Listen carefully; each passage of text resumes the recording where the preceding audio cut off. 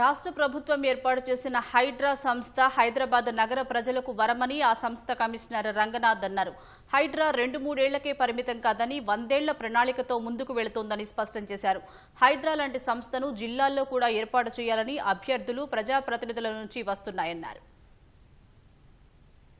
హైడ్రా రాజకీయాలకు అతీతంగా ప్రజాహితం కోసం పనిచేస్తోందని హైడ్రా కమిషనర్ రంగనాథ్ చెప్పారు. తెలంగాణ వర్కింగ్ జర్నలిస్టు యూనియన్ ఆధ్వర్యంలో బషీర్బాగ్ ప్రెస్ క్లబ్ లో నిర్వహించిన మీట్ ది ప్రెస్ కు హాజరైన రంగనాథ్ ప్రజల్లో హైడ్రా పట్ల నెలకొన్న అపోహలు, విమర్శలకు సవివరంగా సమాధానాలు ఇచ్చారు. ప్రభుత్వం ఇచ్చిన స్వేచ్ఛ, విశేష అధికారాలతో విపత్తుల నుంచి భాగ్యనగర ప్రజలను రక్షించేందుకు, ప్రభుత్వ స్థలాలను కాపాడేందుకు హైడ్రా పనిచేస్తుందని స్పష్టం చేశారు.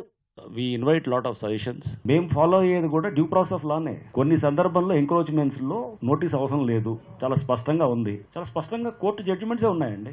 క్రిటికల్ అనాలిసిస్ లు కూడా కావాలి, క్రిటికల్ సజెషన్స్, డిబేట్స్, డిస్కషన్స్ ఇవి కూడా ఉంటే ఎక్కడన్నా మా వైపు నుంచి ఏమన్నా తప్పులు జరిగితే గనక దాన్ని కూడా సవరించుకోవడానికి ఎఫెక్టివ్గా వేరే చోట్ల కనబడితే గనక దాన్ని మనం అటువంటి సిస్టమ్స్ని వేరే స్టేట్స్లో కానీ వేరే కంట్రీస్లో ఉంటే కనుక దాన్ని మనకి దీనికి ఎట్లా మనం తయారు చేసుకోవచ్చు మన హైదరాబాద్ సిస్టంలో అనే దాన్ని కూడా మనం ఆలోచన చేయొచ్చు. ఏ చెరువులు అయితే కనుక మేము డిమాలిషన్ చేసినప్పుడు పెద్ద ఎత్తున రెసిస్టెన్స్ ఉందో, ఇప్పుడు ఆ చెరువులు చూస్తే అక్కడ పబ్లిక్ పెద్ద ఎత్తున కూడా అక్కడ స్వాగతిస్తున్నారు అన్నమాట. ఇనిషియల్గా కొన్ని రెసిస్టెన్స్ చేంజ్, ఇనర్షియా ఉంటుంది, బట్ దాన్ని అధిగమించి మనం ముందుకు వెళ్లాల్సిన అవసరం ఉంటుంది. సో ఇప్పుడు ఈ చెరువును మనం కనుక అడ్రస్ చేస్తే ఈ ఏరియాస్ అంతా కింద మనకి ఇదంతా అడ్రస్, ఆ ఎక్స్పర్టీస్ వచ్చేసింది ఇప్పుడు మాకు బైన్లాజ్ అందరికి కూడా. ముందు తరాల్లో వాటికి మనం డ్యామేజ్ చేయకుండా ఇప్పుడు డెవలప్ అయ్యేదాన్ని తీసుకెళ్తూ ఆ లెగసీని కంటిన్యూ చేయాలనేది ఉందన్నమాట. ఫాతిమా కళాశాల విషయంలో సామాజిక మాధ్యమాల్లో వస్తున్న విమర్శలపై స్పందించిన రంగనాథ్ చట్టం అందరికీ ఒకే రకంగా వర్తిస్తుందని స్పష్టం చేశారు.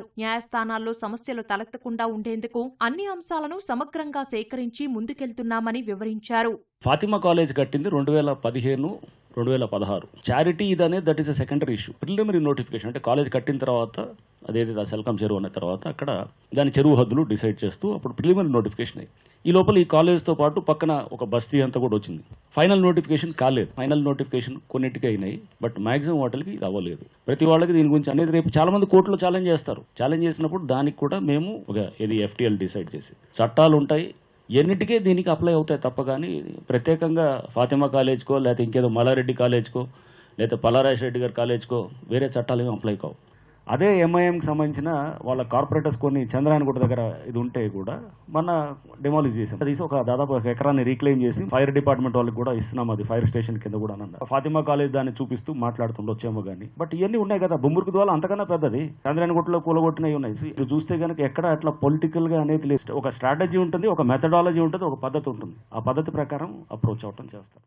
అనేక సవాళ్లు, ఆటుపోట్లు, విమర్శలు ఎదుర్కొంటూ హైడ్రా ఏడాది నుంచి ముందుకు సాగుతోందన్న రంగనాథ్ ప్రజల్లో హైడ్రా పట్ల నమ్మకం పెరిగిందనడానికి కుక్కట్పల్లి నల్ల చెరువు, బతుకమ్మ కుంట అభివృద్ధే నిదర్శనమని తెలిపారు.